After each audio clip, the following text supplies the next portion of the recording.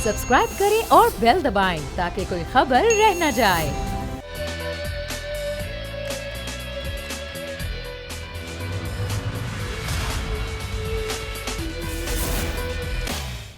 बिस्मिल्लाहिर्रहमानिर्रहीम, अस्सलाम वालेकुम। प्रोग्राम में मैं सुमैया रिजवान आपको वेलकम कहती हूँ। नाज़रीन, फुल ऑफ हैपनिंग आज का दिन है और हमने आज देखा कि अहम समाज सुप्रीम कोर्ट में सदारती रेफरेंस के हवाले से, जो कि ज़ाहिर सेनेट इलेक्शन में जो एक आईनी तरमीम करना चाहती है हुकूमत, और उस पर यह समाअत हुई, लेकिन इसको चैलेंज किया JUI फे ने और इस पर यह कहा गया कि सदारती ऑर्डिनेंस हुकूमत जारी नहीं कर सकती और सुप्रीम कोर्ट इसको करदम करार दे। बड़े अहम रिमार्क सुप्रीम कोर्ट के आए और सुप्रीम कोर्ट की जानिब से ये कहा गया कि ये कैसे जारी हुआ, लेकिन अगर जारी किया हुकूमत ने तो हम कुछ नहीं कर सकते, क्योंकि हुकूमत अगर चाहे तो ये कर सकती है। अब क्या होगा, ज़ाहिर ये समाअत बड़ी अहम है, आगे क्या फैसला सुप्रीम कोर्ट का इस पर आता है। ओपन बैलेट के ज़रिए ज़ाहिर अगर ये कह रही है हुकूमत कि हम करवाना चाहते हैं, बावजूद इसके कि ज़ाहिर ये पार्लियामेंट में ले जाना चाहती है, अपोजिशन पार्लियामेंट 2/3 अक्सरियत नहीं है हुकूमत की, हुकूमत अपनी कोशिश करके देख चुकी है। होने क्या जा रहा है, दूसरी जानिब ज़ाहिर PDM अपना लाहेअमल दे चुकी है, किस तरह लॉन्ग मार्च किया जाएगा, तारीखें भी हमारे सामने आ चुकी हैं। लेकिन आज सबसे बड़ा अहम बयान है वो DG ISPR का। उन्होंने कहा है कि फौज को सियासत में ना घसीटा जाए। हम पहले एक बार हाँ ये कह चुके हैं और ये भी कहा है कि बगैर तहकीक के जो बयानात दिए जाते हैं इसका सिलसिला भी बंद होना चाहिए, और अगर कोई सबूत किसी के पास मौजूद है, अगर कोई बात कर रहा है इस पर, तो उन सबूतों को सामने लाया जाना चाहिए। इन तमाम तरह इशूज़ पर आज के प्रोग्राम में बात करूंगी, लेकिन सबसे पहले सदारती ऑर्डिनेंस पर बात करना बड़ा ज़रूरी है और मेरे मेहमान मेरे साथ मौजूद हैं। कराची स्टूडियो से मुझे ज्वाइन करें सीनियर सहाफ़ी तज़ियाकार नज़ीर लगारी साहब, बहुत शुक्रिया आपका। फिरदौस शमीम नकवी साहब हमारे साथ मौजूद हैं पाकिस्तान तहरीक इंसाफ से, आपका भी बहुत शुक्रिया। अली गौहर साहब पाकिस्तान मुस्लिम लीग नून से मौजूद हैं। लेकिन कामरान मुर्तज़ा साहब जो कि माहिर कानून भी हैं और JUI के वकील भी हैं, जिनके साथ दरख्वास्त दायर की गई थी, उनसे सबसे पहले मैं बात करूंगी, आगाज़ करती हूँ उनसे गुफ्तगू से। कामरान साहब बहुत शुक्रिया, आपने वक्त निकाला। अब दरख्वास्त दायर की गई, आप लोगों की जानिब से चैलेंज कर रहे हैं सदारती रेफरेंस को, लेकिन रिमार्क्स बड़े अहम हैं। आप कैसे देख रहे हैं तमाम तर सूरत हाल को, कि किस तरह आप लोग टेकअप करेंगे इस चीज़ को, कानूनी पहलू के वजह से रोशनी डालिएगा, कितना हाथ में है गेम आपके? देखिए, एक तासुर तो ये देने की कोशिश की जा रही है कि कोई शफाफियत का मसला है। इनफैक्ट ये शफाफियत का मसला नहीं है, अच्छा, ये दस्तूर और कानून का मसला है। शफाफियत का मसला होता और शफाफियत अगर रिक्वायर्ड होती तो फिर जो है वो चेयरमैन सेनेट के हवाले से जब उसका इलेक्शन हुआ था उसमें भी ये शफाफियत कहते कि इसमें भी शफाफियत होनी चाहिए। अगर ये शफाफियत रिक्वायर्ड होती तो प्राइम मिनिस्टर के लिए जो है कौमी असम्बली जो है उनकी कॉन्स्टिट्यूंसी थी, उस वक्त भी कहते कि ये शफाफियत होनी चाहिए थी। उस वक्त अगर प्रेसिडेंट का इलेक्शन था, ये चारों सूबाई असम्बलियां जो है वो उनकी कॉन्स्टिट्यूंसी, इनको बेईमान ना कहते। आज जो है ना ये असल में इनफैक्ट जिन कंधों पे चढ़ के आए हैं, जिन्होंने इनको वोट किया, उन सबको जो है ना, या जिन्होंने इनको लाने में जो है फैसिलिटेट किया है, उन सबको बारी बारी करके बदनाम कर रहे हैं आज। और इससे किसने फैसिलिटेट किया है कामरान साहब? वो आपको भी पता है, मुझे भी पता है। अब हम डरते हैं, हम शायद नहीं बोलते हैं। नहीं, मुझे नहीं मालूम। वैसे एक बात है, इशारों में बात करेंगे तो ज़ाहिर मसला होगा। हाँ जी, हाँ, निके के अब्बा उनका नाम रखा हुआ है, तो वो निके के अब्बा जो है वो उनके खिलाफ किया, और उसके बाद जो है ना ये असम्बलियाँ, ये कॉन्स्टिट्यूंसी जो उनकी अपनी कॉन्स्टिट्यूंसी थी, जिनके वोट से जो ना ये आए थे, अच्छा, उनको जो ना हर रोज जो ना वो कहते हैं कि ये बेईमान है, ये बिक जाएंगे, इनके लिए लोग पैसे लेके बैठे हुए हैं। देखिए, कॉन्स्टिट्यूशन की एक अपनी स्कीम थी हमारी अमेंडमेंट के मुताबिक, उस स्कीम के मुताबिक जो है वो ये खुद भी उसको फॉलो कर रहे थे। 28 अक्टूबर को इन्होंने कॉन्स्टिट्यूशन में अमेंडमेंट का बिल पेश किया और वो अभी भी पेंडिंग है। अब ये 4 दिन पहले जो प्रोरोग हुआ है हाउस, उसमें इन्होंने उसको जो है उस पर वोटिंग नहीं करवाई। तो जब इनकी अपनी अंडरस्टैंडिंग इनिशियली ये थी कि कॉन्स्टिट्यूशन में अमेंडमेंट होनी चाहिए, हम यही कह रहे हैं, हम शफाफियत पे बात नहीं कर रहे, हम कहते हैं कि शफाफ इससे भी ज्यादा शफाफ होना चाहिए। लेकिन देखिए, शफाफियत पर सवाल इसलिए उठता है ना कि ये बात तो आपको ही पता है कि पैसे चलते हैं, हॉर्स ट्रेडिंग होती है, लोग खरीदे जाते हैं, तो इस चीज को रोकना चाहती है तहरीक इंसाफ।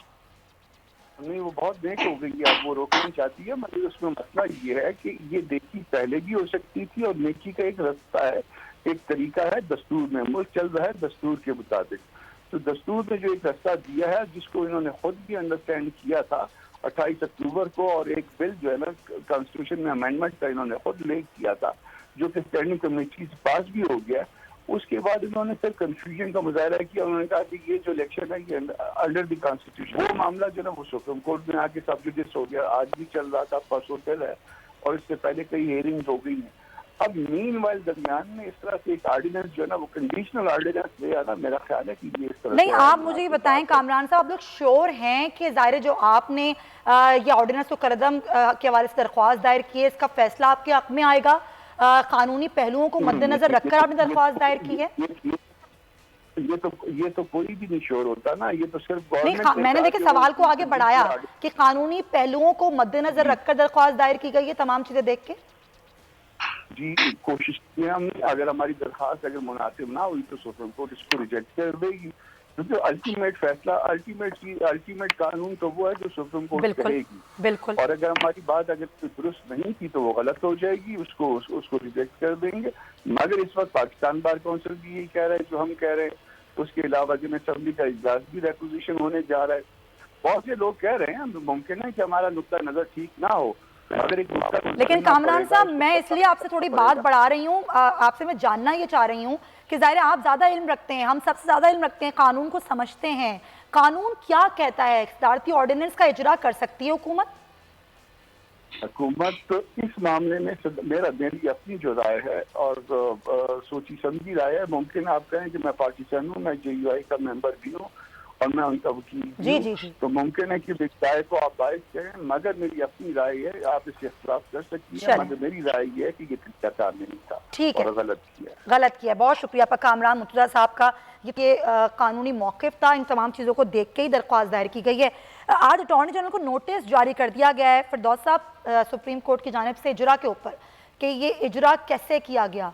क्या हुकूमत समझ रही है कि क्या हो रहा है? ये मामला कहीं हाथ से तो निकल नहीं जाएगा? देखिए, हुकूमत का जो सिलसिला है वो बिल्कुल क्लियर है। हमारी आज से ख्वाहिश नहीं, हमारी ख्वाहिश उस वक्त भी थी जिस वक्त KP के अंदर सेनेटर्स को किसी ने MPs को खरीद के सेनेट का जो रिजल्ट आया था वो सबने देखा। सही। उसके बाद जो कुछ बलोचिस्तान असेंबली में हुआ और उसके पीछे आपको पता है कौन नाम थे, मैं नाम ले देता हूँ, जिसको फायदा हुआ वही नाम थे। फायदा किसको पहुंचा? वो जरदारी लीग को पहुंचा। और फिर हम पे इल्जाम लगाया जाता है जब सेनेट के चेयरमैन का इलेक्शन होता है। अब ये इल्जाम वगैरह बंद होने चाहिए। तो एक लम्हे के लिए सोच लीजिए कि ये हो जाता है कि ये इनको सीटें सेनेट की कम मिलती हैं पंजाब में, सिंध में, बलोचिस्तान में जो इनकी तवक्को है। तो आपके ख्याल से उस वक्त ये क्या कहेंगे? माहिरीन तो यही कह रहे हैं नकवी साहब, गेम तो अभी भी आप लोगों के हाथ में है, ज्यादा सीटें तो आपको ही मिलेंगी। नहीं, मैं तो ये कह रहा हूँ, देखिए मैं जैसे बता रहा हूँ कि पंजाब में हमें मिलनी है सीटें 6-5 मिलनी है अपोजिशन को, तो उसके 6 के बजाय हमें लेट से 8 मिल जाती हैं और इनको मिलती हैं सिर्फ 3। तो ये शोर क्या मचाएंगे कि हमने खरीद लिया? हाँ, यही शोर मचता है, यही शोर मचेगा ना। तो ये शोर मचाए भाई। ये तो नहीं कह रहे कि फ्लोर क्रॉसिंग का कानून अप्लाई हो जाएगा और हम उसको डीसीट कर देंगे, हम वो तो बात ही नहीं कर रहे। हम कह रहे हैं कि जैसे मैं MP हूँ, मैं अगर अपनी पार्टी के फैसले के खिलाफ जाता हूँ तो मुझे उसको जस्टिफाई करना होगा ना। सारी दुनिया को पता होगा कि फिरदौस शमीम नकवी ने अपने पार्टी के नॉमिनेटेड कैंडिडेट को वोट नहीं दिया बल्कि किसी और को दिया, कोई इंडिपेंडेंट। लेकिन एक नुक्ता उठाया था, अगर आपकी नजर से गुजरा हो, सुप्रीम कोर्ट ने कहा था कि अगर अटॉर्नी जनरल सवाल किया, अगर आप ये ओपन बैलेट वाला ले आते हैं, उसके बावजूद आपका कोई मेंबर किसी और पार्टी को वोट दे देता है, फिर आप क्या करेंगे? हमने कहा डीसीट नहीं करेंगे। हमने कहा हमारी मर्जी है, हम उसको दोबारा टिकट दें या नहीं दें, वो हमारा कभी भी ये जवाब था और हम अभी भी उस जवाब पे खा, इससे कि आईनी तौर पे हम उसे डीसीट नहीं कर सकते। लेकिन ये इल्जाम आप पे क्यों लग रहा है कि आपके लोग आपको दगा देने वाले हैं, इसलिए हुकूमत चाहती है कि ओपन बैलेट लेकर आए? देखिए, हम सारे इनके इल्जाम सुनते रह रहे हैं। मैं तो सिर्फ आपके सामने एक मुद्दा रख दिया कि कल अगर इनके लोग हिल गए तो क्या होगा। उससे कि अभी तक तो इन्हीं के लोग हिल गए। तो आप क्लियर करना चाहते हैं कि भाई हम क्या चाह रहे थे, अगर नहीं भी हुआ तो क्लियरिटी तो हो जाएगी, ये मुझे लगता है कि आपका पॉइंट है। अभी देखिए ये हिलते कैसे, ये PDM की जमातें ना हाँ अगर ये दोनों मिली हुई होती थी, PMLN और PPP, हाँ, तो क्या आरिफ अलवी साहब सदर मोहतरम बन सकते? अच्छा, यानी कि आप नहीं ये बन कह रहे हैं कि ये कोई सकते। खास ये एक मिली भी दूसरे नहीं है, के मुश्तरका उम्मीदवार भी लेकर नहीं आएंगे, बातें ही बातें हैं सिर्फ। जी जी, बस यही है। नकवी साहब, पॉइंट टेकन। लगारी साहब, ये मामलात किसके हाथ में रहते हुए आप देख रहे हैं? क्या हुकूमत अपनी पोजीशन को क्लियर कर लेगी? बस यही मकसद है हुकूमत का कि भाई हम तो चाहते थे कि शफाफियत हो जाए, अपोजिशन नहीं चाहती थी। हम क्या करते, कुरैशी साहब ने कह दिया हम मानते हैं दो तो या अक्सरियत नहीं है, लेकिन हमारी नीयत साफ है, ये सबको पता चल गया है। अब सुप्रीम कोर्ट का फैसला जो भी आए, पार्लियामेंट में जो भी हो, हुकूमत क्लियरिटी शो कर देगी। क्या समझ आ रहा है आपको? देखिए, पार्लिमानी रिवायात भी कुछ चीज़ होती हैं। पार्लियामेंट हमारे यहाँ तो 43 साल से है जो टूटती रही है और तोड़ फोड़ का शिकार होती रही है, जिस पर बड़ी ताकतवर क़ुव्वतों ने कई बार पार्लियामेंट को तोड़ा, आइन को एब्रोगेट किया, आइन को अबाइंस में रखा, आइन के साथ खिलवाड़ होता रहा। और अगर सिविलियन हुकूमत पार्लिमानी रिवायात को नज़रअंदाज करके इस तरह करे कि पहले ऐलान कर दे, फिर सुप्रीम कोर्ट में जाए, फिर सुप्रीम कोर्ट में जाने के बाद वही मामला पार्लियामेंट में लेकर आए, फिर पार्लियामेंट में अगर वो मामला टेबल हो चुका है तो फिर पार्लियामेंट को छोड़कर फिर एक और फोरम अख्तियार कर लिया जाए कि ऑर्डिनेंस जारी कर दिया जाए, तो इससे चीज़ें साफ नहीं लगती हैं। मैं बहुत एहतराम करता हूँ जनाब फिरदौस शमीम नकवी साहब का। मुझे आज तक ये बात समझ में नहीं आई है कि वो अब लीडर ऑफ अपोजिशन क्यों नहीं हैं। तो ज़ाहिर है कोई ना कोई सबब है जिसकी वजह से इतना अहम जिम्मेदारी जो उनके पास थी अपनी पार्टी को लीड करने की और पूरे हाउस को अपोजिशन को लीड लगाए करने साहब, ये की। डिफरेंट टॉपिक है, हम ये इस मैं टॉपिक सिर्फ उसी तरफ जा रहा हूँ। हाँ जी। मैं ये कहता हूँ कि पार्टी में लोगों को आज़ादाना अपनी राय के इजहार का हक नहीं तो होता आपको है। हुकूमत की नीयत ठीक नहीं लग रही क्या? मुझे ये लग रहा है कि हुकूमत का ये ख्याल है। अच्छा, वो कौन सा जो याद दिला रहे थे जनाब नकवी साहब कि हमने 2018 से पहले जब सेनेट के इलेक्शन हुए तो उसके बाद इन्होंने अपनी पार्टी के लोगों को डिसीट कर दिया था और उनको पार्टी से निकाल दिया था। तो अब क्या इस बात की ज़मानत है कि लोग अगर अपनी मंशा से कोई वोट देते हैं तो उनके खिलाफ कार्रवाई में कतई नज़र इसके कि मैं कहता हूं कि पहली बात तो ये है कि शफाफियत होनी चाहिए। नंबर 2, ये मेरा अपना बिलीव है। नंबर 2 ये कि हॉर्स ट्रेडिंग नहीं होनी चाहिए, किसी भी तरफ से नहीं होनी चाहिए। साहब, यही तरीका है ना हॉर्स नहीं, ट्रेडिंग तरीके रोकने का मसला ये नहीं है। अगर ये होता तो इसके लिए अपोजिशन को ऑन बोर्ड लिया जाता भाई, ये नहीं है। अपोजिशन के साथ बैठते, डायलॉग प्रोसेस में जाते, उनसे कहते कि जनाब आपका भी मामला है, हमारा भी मामला है। आप ये कह रहे हैं कि नियत साफ है, तरीक़ाकार गलत है, ये इस तरह नहीं होता। न सिर्फ तरीक़ेकार गलत है बल्कि और ज्यादा अब्यूजिंग है, इसलिए कि सुप्रीम कोर्ट में आप मामला लेकर गए हैं तो फिर ऑर्डिनेंस भी बाद की बात है, फिर आप पार्लियामेंट में लेकर गए वो मसले को। अच्छा, अगर सही फोरम पार्लियामेंट है, अगर पार्लियामेंट में एक दिन बिजनेस नहीं चल सका या 2 दिन बिजनेस नहीं चल सका तो वेट और डायलॉग की तरफ जाएं और जाकर अपोजिशन से बात करें। नहीं तो कैसे बात करें? ऑपोजिशन से डायलॉग वाली सिचुएशन कहाँ रही है? ताल्लुकात ऐसे कहाँ हैं? तो इस तरह से अगर पार्लियामानी सिस्टम नहीं चल रहा है तो वैसे ही कोलैप्स हो जाता है चीजें, फिर वैसे ही ऐसा होना चाहिए। मैं कहता हूँ ये हुकूमत की जिम्मेदारी है कि वो पार्लियामेंट को इन ऑर्डर रखे और तमाम पार्लियामानी ग्रुपों को मुतमईन करे। उनका ये ऐसा नहीं है कि बरात तकसीम नहीं हो रही है, ये तो आईनी तरमीम हो रही है और आइन में तरमीम इस तरह होगी कि ऑर्डिनेंस जारी कर दिया जाएगा। वैसे यहाँ पर तो ना सदारती ऑर्डिनेंस की बाढ़ लग गई है। बिल्कुल सही कहा लगारी साहब ने, नकवी साहब, जब से आपकी हुकूमत आई है कोई लेजिस्लेशन पार्लियामेंट को फाल करके नहीं की जाती, ऑपोजिशन को बिठाया नहीं जाता, कायमा कमेटियों में मामला आता नहीं है, उससे पहले सदारती ऑर्डिनेंस आ जाता है। ये तो बात है, इसमें तो कोई दो राय नहीं। नहीं, ये ऐसे नहीं। जरा देखिए, लगारी साहब नहायत काबिल एहतराम है, बहुत ही काबिल जर्नलिस्ट हैं, तजर्बेकार हैं। इशू जो है वो थोड़ा सा फर्क है। देखिए, पहली चीज जब सुप्रीम कोर्ट के पास गए थे और माजी में भी जब गए हैं तो सुप्रीम कोर्ट की हमेशा एक शिकायत रही है कि जो आप हमसे इंटरप्रिटेशन लेने आते हैं उससे पहले आप पार्लियामान में क्यों नहीं करते। तो इस चीज का ख्याल रखते हुए पार्लियामान में बिल पेश कर दिया गया। दूसरी तरफ ये है कि एहतियातन और सियासी तौर पे ऑपोजिशन के ऊपर एक लफ्ज तब्दील किया जा रहा है आइन के अंदर, सीक्रेट बैलेट के बजाय ओपन बैलेट लफ्ज एक तब्दील हो रहा है। ये नहीं है कोई 20 सफ़े का कानून लिखा गया है। जो एग्जिस्टिंग शिक है उसमें एक लफ्ज तब्दील किया जा रहा है। इस एक लफ्ज के ऊपर कितने दिन की बहस होनी चाहिए, इस एक आर्टिकल के ऊपर कानून की, वो लगारी साहब मुझे बता दे कॉन्सेप्ट। अच्छा, एक चीज आप भी मुझे बता दें नकवी साहब, सॉरी टू इंटरप्ट यू, मैं आपको काट रही हूँ, आप मुझे बता दें क्या ऐसे रवाबित रहे हैं आपके ऑपोजिशन के साथ, ऐसे ताल्लुकात रहे हैं कि ये एक इतना सा नुक्ते पर भी ऑपोजिशन बैठ जाएगी और बातचीत कर लेगी? देखिए पहली चीज, फर्स्ट एंड फॉरमोस्ट आपको ये देखना चाहिए कि ये पूरी जो 11 जमातों की ऑपोजिशन है उसका मकसद जब से पीटीआई की हुकूमत आई है वो एक रहा है, और अगर इसकी कोई डिनाइल है तो पीडीएम का मूवमेंट इसका सबूत है कि जिस दिन हम आए उसके सेलेक्टेड का लफ्ज कब इस्तेमाल हुआ और नालायक का लफ्ज किस वक्त इस्तेमाल हुआ। उस वक्त से वो पापा डैडी और मौलवी बचाओ मूवमेंट पे लगे, और चोर और डाकू का लफ्ज भी बहुत दफा इस्तेमाल हुआ, पार्लियामेंट में ही हाथापाई हुई। नहीं, लेट्स बी वेरी क्लियर, हमने 22 साल जद्दोजहद की है और 22 साल से हम एक ही बात कह रहे हैं, ये जो स्टेटस को की जमातें हैं इन्होंने इस मुल्क को लूटा है, चलें, इस मुल्क को बर्बाद किया, इसको चोरी की। पॉइंट टेकन, तो यही आपका मौक़िफ़ है, शुरू दिन से है, जरूर रखें ये मौक़िफ़, लेकिन मेरा सवाल अभी भी वही है कि लेजिस्लेशन का अमल हुकूमत ने करना है, ऑपोजिशन में आप नहीं है। सर आपका पॉइंट आया, मेरे पास वक्त की कमी है, मैं चाह रही हूँ मुस्लिम लीग नून का भी ज़ाहिर मौक़िफ़ आना ज़रूरी है, अपोजिशन की बड़ी जमात है। मेरे साथ मौजूद है अली गौहर साहब, मामलात सुप्रीम कोर्ट में भी हैं, JUI तो चैलेंज कर चुकी है, पाकिस्तान मुस्लिम लीग नून क्या सोच रही है, पीपल्स पार्टी के साथ आप लोग क्या राब्ते हैं, इस ऑर्डिनेंस को लेकर, इस लेजिस्लेशन को लेकर क्या प्लान क्या है आप लोगों का?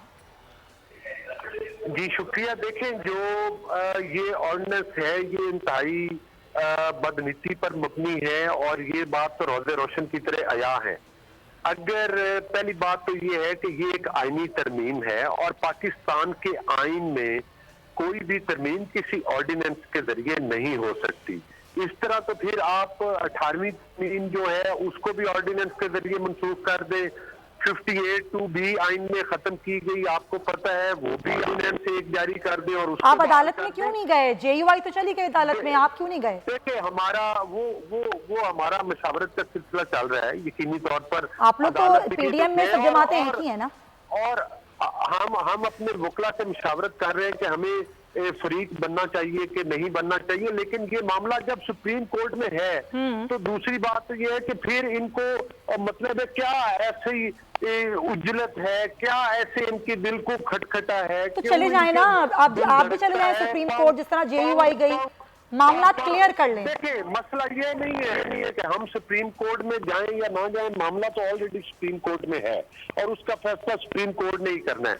लेकिन देखिए, ये इनका मकसद सिर्फ और सिर्फ ये है कि ये अपने आप को और अपने जो है वो हवारियों को NRO देना चाहते हैं, लेकिन इंशाअल्लाह ताला आपको नियत में खोट क्यों नजर आ रहा है हुकूमत की? हुकूमत तो अच्छा काम करने जा रही है, ओपन बैलेट के जरिए होगा, हॉर्स ट्रेडिंग का इल्जाम नहीं लगेगा, कल को ये ज्यादा सीटें जीत जाएंगे तो आप ही लोग खड़े होकर ये नहीं कहेंगे हॉर्स ट्रेडिंग हुई। ये नहीं, ये न्याजी साहब इंशाल्लाह ज्यादा सीटें नहीं जीतेंगे। अच्छा, उसमें इनको कैसे यकीन है आपको गौर साहब? इनके जी बिल्कुल यकीन इस तरह से है कि इनकी 2.5 साल की जो परफॉर्मेंस है, इनके अपने पार्टी के लोग जो है वो नाला है, नाराज हैं।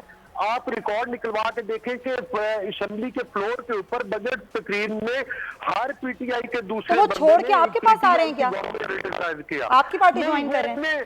वो अपने नहीं, हमारी पार्टी तो अभी ज्वाइन नहीं करेंगे क्योंकि ये सिलेक्टेड गवर्नमेंट है और इनको एस्टेब्लिशमेंट की सपोर्ट है।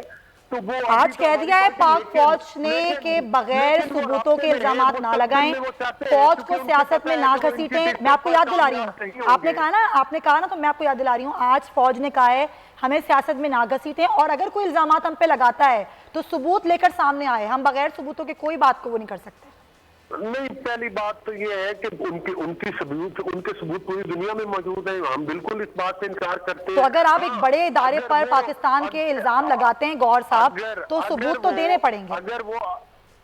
अगर वो अमली तौर पर पीछे हट जाए और वाकई ही होश के नाखून, तो वो अमली तौर पर कैसे साथ हैं? क्या सबूत क्या है आपके पास?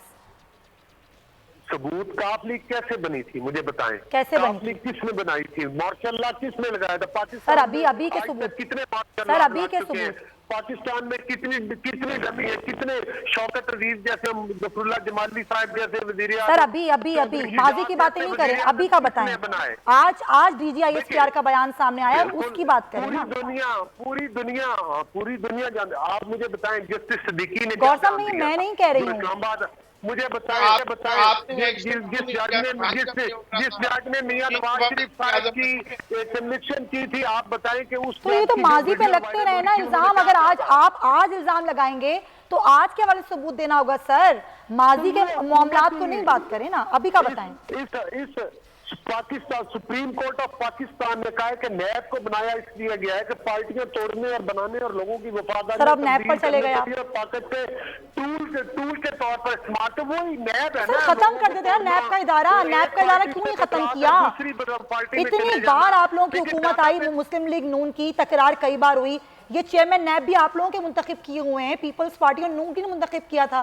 तो क्यों मुंतखब किया था, क्यों नहीं बंद किया, क्यों नहीं खत्म किया ये नैब का इदारा? देखें बात यह है, नैब का इदारा हाँ एक दफा नहीं 1000 दफा शायद खाकान अब्बास साहब, क्योंकि जो मुखबिर हल्के हैं जो पाकिस्तान की सियासत में नाजायज तौर पर मुदाखलत करते हैं, जो उनकी इंटरफेरेंस थी, वो नहीं। यही हम चाहते हैं कि वो किसी भी गन पॉइंट पर सियासत में मुदाखलत करना बंद करें मेहरबान। देखिए पाकिस्तान को कानून और आइन के मुताबिक चलने दे, लोगों के वोट का हक जो है वो मशक ना करें, लोगों को आजादाना हक के राय दही पाकिस्तान में इस्तेमाल करने दे, यही हमारी गुजारिश है और यही हम चाहते हैं।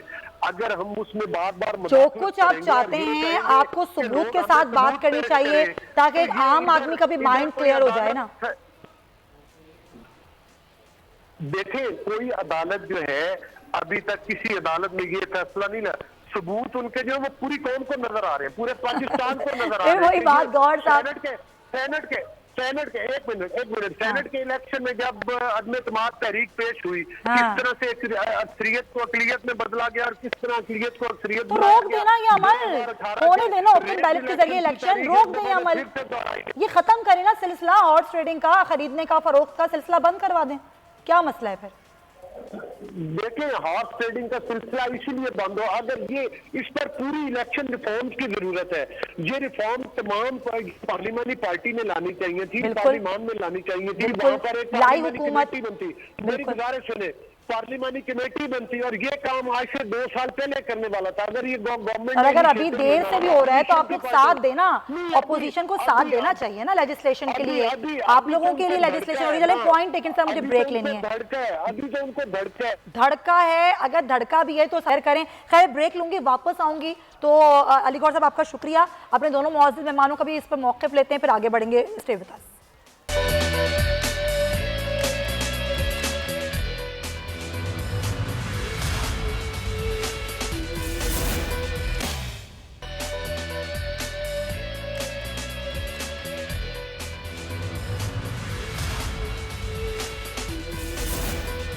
Welcome back to the show. लगारी साहब, ज़ाहिर है बहुत सारे मामलात हैं। एक तरफ तो PDM है जो हमें लगा कि अब एक तरह से मामलात अब अजीब ही हो गए हैं, PDM खुद क्लियर नहीं थी, फिर एकदम लॉन्ग मार्च की डेट भी आ गई, एक तरफ ये सेनेट इलेक्शन का मामला चल रहा है। क्या होने क्या जा रहा है, आपको क्या लग रहा है? अगर हुकूमत की नीयत भी ठीक है, आप कहते हैं तरीक़ेकार ठीक नहीं है, तो क्या अपोजिशन का जो रवैया है वो ठीक है?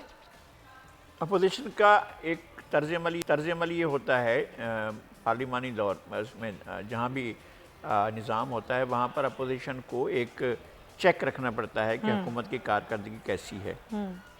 मुझे नहीं समझ में आता है कि अपोजिशन में कौन कौन सी चीज़ें ऐसी हैं कि जो वो हुकूमत के ऊपर या हुकूमत की कारकर्दगी के ऊपर चेक रख पा रही है या नहीं पा रही है, मयार मैं मुकर्रर नहीं कर सकता। लेकिन एक बात यह है कि ख़ास तौर पर जो हम इस पर जा रहे हैं सीक्रेट बैलेट पर या शो ऑफ हैंड पर, उसमें अमले में या ओपन बैलेट पर जो भी है, इसके ऊपर एक चीज़ है, अगर आपने जाना था सुप्रीम कोर्ट में तो बाकी ऑप्शन जो हैं आप उनको उससे वो कर लेते। अगर सुप्रीम कोर्ट ने कहा कि जनाब आपका फोरम तो ये नहीं था, तो फिर आप सुप्रीम कोर्ट से कहते जी हम अपनी पिटीशन वापस लेते हैं, अब हम पार्लियामेंट में जा रहे हैं।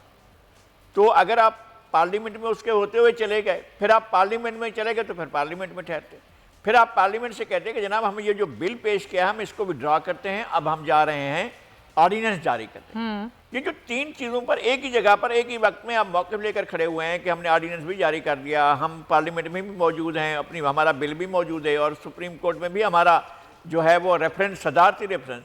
ये कैसा मजाक है कि सदारती रेफरेंस भी सदर मुमलिकत जारी करें कि जनाब सुप्रीम कोर्ट वाजे करे, और फिर ये जो है अपना ऑर्डिनेंस भी सदर मुमलिकत जारी करें कि जनाब ये है उस सिलसिले में। तो मेरा ख्याल है ये तरीक़ेकार ठीक नहीं है। हुकूमत को अगर नेक नीयत शायद हुकूमत अपना हर ऑप्शन आजमाना चाहती है, इससे नहीं तो उससे सही, इससे नहीं तो उससे सही। ये तरीक़ेकार ठीक नहीं है ना। मैं यही कह रहा हूँ कि हुकूमत की नीयत जितनी भी अच्छी हो, लेकिन तरीक़ेकार तो ये नहीं है। तरीक़ेकार ऐसा है कि अगर आप सुप्रीम कोर्ट, आपको समझ में आ गया कि सुप्रीम कोर्ट में नहीं जाना था तो आप सुप्रीम कोर्ट से वापस आ जाते। आप ऑप्शन आपने अपने सारे रूल आउट कर दिए ना। रूल आउट कर दिए आप कह रहे हैं फिरदौस साहब, ऐसा ही है, रूल आउट कर दिए सारे ऑप्शंस आप लोगों ने? ये ऐसा नहीं है लगारी साहब से। देखिए, हमने हर चीज जो है कोशिश की।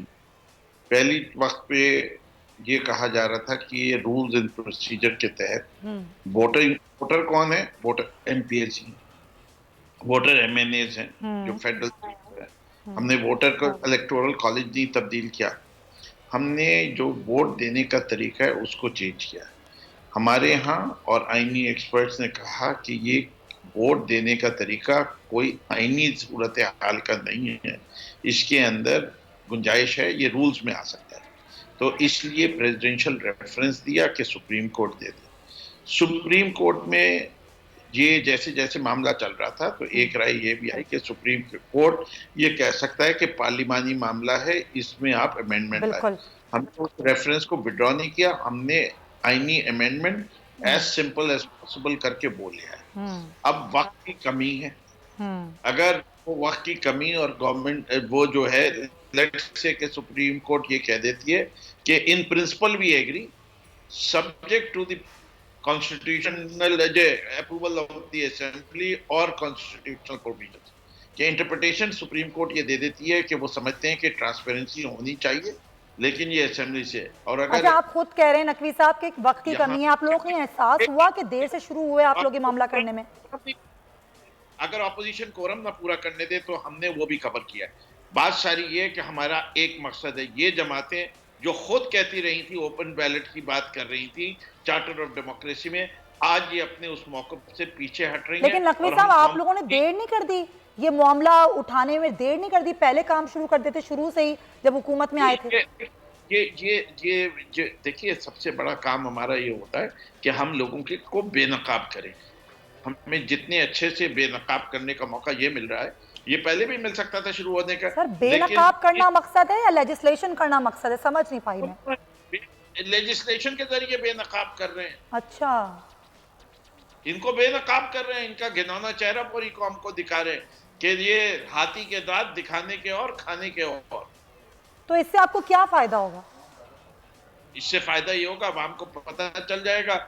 ये रेजिग्नेशन की बात करते हैं, रेजिग्नेशन नहीं देंगे। ये ओपन बैलेट की बात करते हैं, ओपन बैलेट को नकवी साहब, आपको नहीं लगता कि आवाम को पता नहीं? आवाम को सब पता है, आवाम को सब मालूम है, लेकिन जो करना चाहते हैं वो करें या बेनकाब करें, पहले ये भी तो देखा जाएगा ना। वक्त कम है अभी आपके पास, दोनों काम करने हैं इंशाल्लाह। तो ये वक्त की कमी में अगर नहीं हो पाए तो फिर क्या होगा? बस बेनकाब हो जाएंगे? क्या होगा? हमने अपने तरफ से पूरे देखे, हमने सॉफ्टवेयर बना लिया, हमारे हर वोटर को एक यूनिक वोटिंग पैटर्न मिलेगा। सॉफ्टवेयर के जरिए हमने वो कर लिया है कि वो पैटर्न होगा, हम तो आइडेंटिफाई कर लेंगे कि किस आदमी ने नहीं वोट किया। तो वो मैं जाके जब आप कहेंगे मैं आपके प्रोग्राम पे डेमोन्स्ट्रेट कर दूंगा कि हमने क्या किया। एक मिनट, मैं समझी नहीं। सॉफ्टवेयर बनाया आप लोगों ने जो ये आइडेंटिफाई करेगा कि कौन धोखा दे रहा है? जी बिल्कुल। जैसे फॉर एग्जांपल मुझे 1 3 5 7 9 10 ये मेरा वोटिंग ऑर्डर है। अगर मैंने इस वोटिंग ऑर्डर से नहीं वोट किया तो फौरन पता चल जाएगा कि फिरदौस शमीम नकवी ने अपना वोटिंग पैटर्न नहीं फॉलो किया। फिर आप लोग क्या करेंगे? उसके बाद वही करेंगे जो इस वक्त है कि जी फिरदौस शमीम नकवी साहब को जब पार्टी का अगली दफा टिकट दिया जाएगा तो पार्टी देखेगी कि उन्हीं ने पैसे तो नहीं पकड़े थे, उन्हीं ने अपनी जमीर की आवाज से वोट दिया था और उन्हीं ने पार्टी को क्या पहले इन्फॉर्म किया था कि मैं वोट नहीं दूंगा। इसका क्राइटेरिया जमीर का कैसे पता चलेगा? हाँ, ये समझ नहीं आई मुझे भी।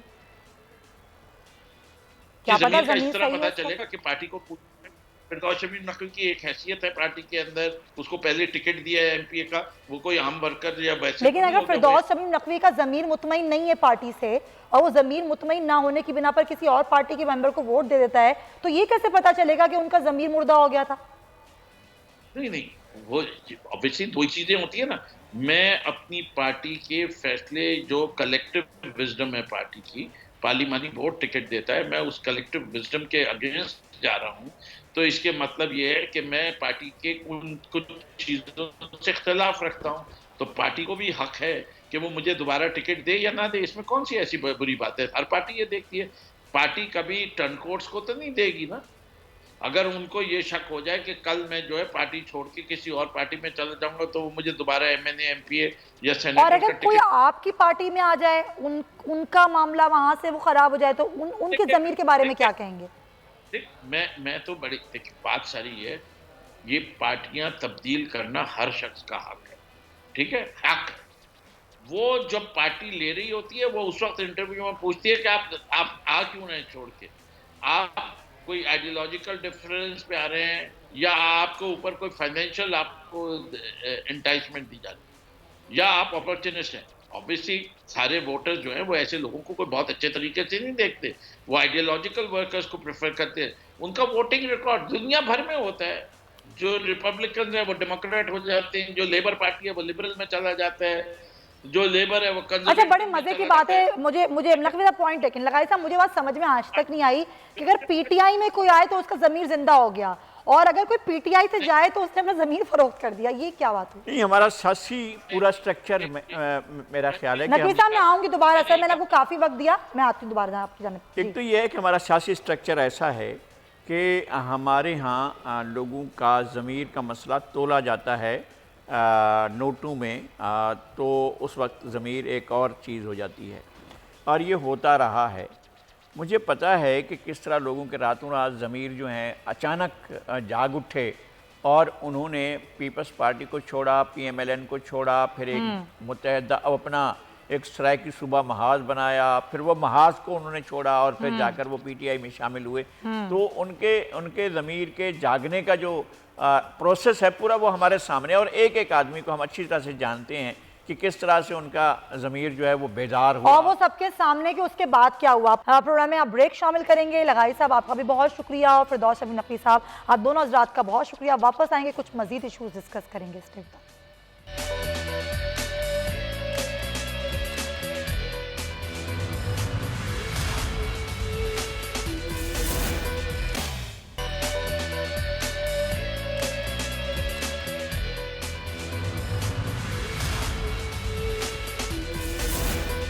Welcome back. प्रोग्राम के आखिरी हिस्से में हम अपने कौम के हीरो वाली सतपारा का जिक्र करेंगे, जो कि K2 मुहिम पर गए और अभी 3 रोज़ हो गए हैं वो अपने साथियों के हमरा लापता हुए हैं। उनकी तलाश का अमल आज भी जो है वो जारी रहा, लेकिन मौसम इतना ख़राब था कि अभी फ़िलहाल ये अमल रोक दिया गया है। पूरी कौम दुआ गो है कि अली सतपारा जो कि सर्द मौसम में K2 को सर करने के लिए गए, वो बखैर आफियत वापस लौट आए हैं। और हम दुआ गो इसलिए हैं कि बहुत ही ये हिम्मत वाले लोग होते हैं, जो मुहिम जो होते हैं, जो पहाड़ सर करते हैं, उनकी हिम्मत कोई एक आम आदमी की हिम्मत नहीं होती है। और ख़ासतौर पे K2 ये वो पहाड़ है नाजरीन जो कि सबसे ज़्यादा ख़तरनाक पहाड़ है तो ये एवरेज से छोटा, लेकिन ख़तरनाक इसलिए ज़्यादा है कि यहाँ पर डेथ की शरह बहुत ज़्यादा है। अनप्रेडिक्टेबल यहाँ का वेदर होता है। मिर्ज़ा अली बेग साहब हमारे साथ मौजूद हैं, को पैमा हैं, एवरेस्ट आपने सर की हुई है, पहले मर्द हैं जो कि उन्होंने 7 समिट की हुई हैं और अपनी बहन के हमरा। बहुत शुक्रिया आपका मिर्ज़ा अली बेग साहब। मैं आपसे ये जानना चाहूँगी कि ज़ाहिर है आपसे बेहतर कोई नहीं बता सकता कि समिट जब करते हैं सर्द मौसम में ये कितना ख़तरनाक होता है, और ख़ासतौर पे K2 जैसा पहाड़ सर करना बग़ैर ऑक्सीजन के, जब मुहिम जो ये टास्क लेता है कि उसको ये करना है, तो ख़तरात कितने लाहक हो सकते हैं?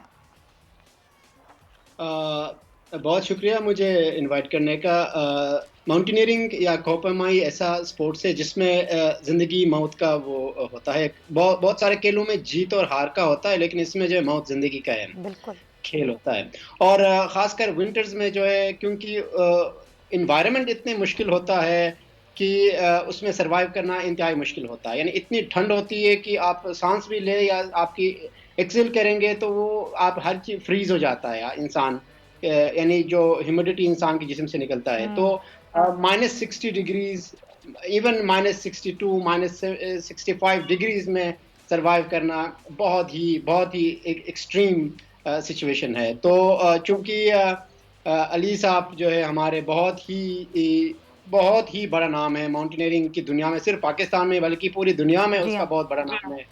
तो वो बहुत ही एक्सपीरियंस आदमी है और उन्होंने बहुत बड़ा एक्सपीडिशंस कर चुके हैं पूरी दुनिया में, नेपाल में, पाकिस्तान में, और विंटर में नांगा पर्वत भी वो कर चुके हैं। लेकिन माउंट K2 पे जो है वो बहुत ही खतरनाक और बहुत ही रिस्की है। कोपेमा कहते हैं कि एवरेस्ट क्योंकि उससे ज्यादा बड़ा पहाड़ है, उससे ऊंचा पहाड़ है, 9000 की बुलंदी पर है, लेकिन उसके बावजूद K2 जो है वो डेथ रेट में सबसे ज्यादा है। यहाँ पर 36% रेशो है डेथ रेट का। इसकी क्या वजह है? अनप्रेडिक्टेबल वेदर है इसका, या जो रास्ता है वो खतरनाक, या बॉटल नेक जिसको डेथ जोन कहते हैं आप लोग, वो खतरनाक जगह है? क्या मामला क्या है? देखिए, दुनिया में जितने भी पहाड़ है, चाहे छोटे हो बड़े हो, हर एक जो है वो खतरनाक है। लेकिन K2 अल्लाह ताला ने इसको इस तरह बनाया हुआ है कि वो बिल्कुल एक पिरामिड टाइप का माउंटेन है और अकेला स्टैंडिंग टॉल है, और उसकी जो फिजिकल कंडीशन है वो बहुत एक्सट्रीम है, क्योंकि वो बहुत वर्टिकल है और बहुत स्टीप है। क्योंकि उसको क्लाइंब करने के लिए आपको बहुत ही ज़्यादा स्टैमिना और साथ में बहुत ही ज़्यादा टेक्निकल स्किल्स भी रिक्वायर्ड होता है। तो K2 का जो पहाड़ है उसको ओवरऑल कहते हैं कि माउंटेन ऑफ माउंटेनियर्स, वो इतनी मुश्किल है। इवन समर्स में भी उसकी अगर समिट रेशो देखें तो बहुत ही कम है बनिस्बत दूसरे पहाड़ों की। तो उसका वजह ये है कि उसकी टेरेन जो है वो बहुत स्टीप है और बहुत चैलेंजिंग है। क्या ये बात सही है? ये बात सही है कि मैंने ये पढ़ा बेग साहब के अगर एवरेस्ट पे 2000 लोग जो हैं वो समिट के लिए जाते हैं एक साल में, तो यहाँ पर मुश्किल से कुछ ही लोग जा पाते हैं K2 सर करने के लिए। और खासतौर पे अगर हम बात करें विंटर की, तो ये विंटर सीजन बहुत खतरनाक होता है K2 समिट के लिए।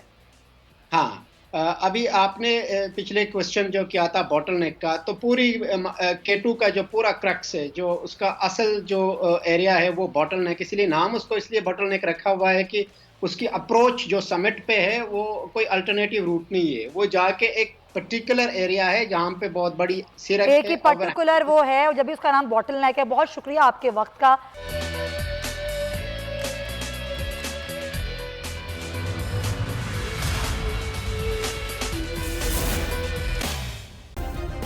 सब्सक्राइब करें और बेल दबाएं ताकि कोई खबर रह न जाए।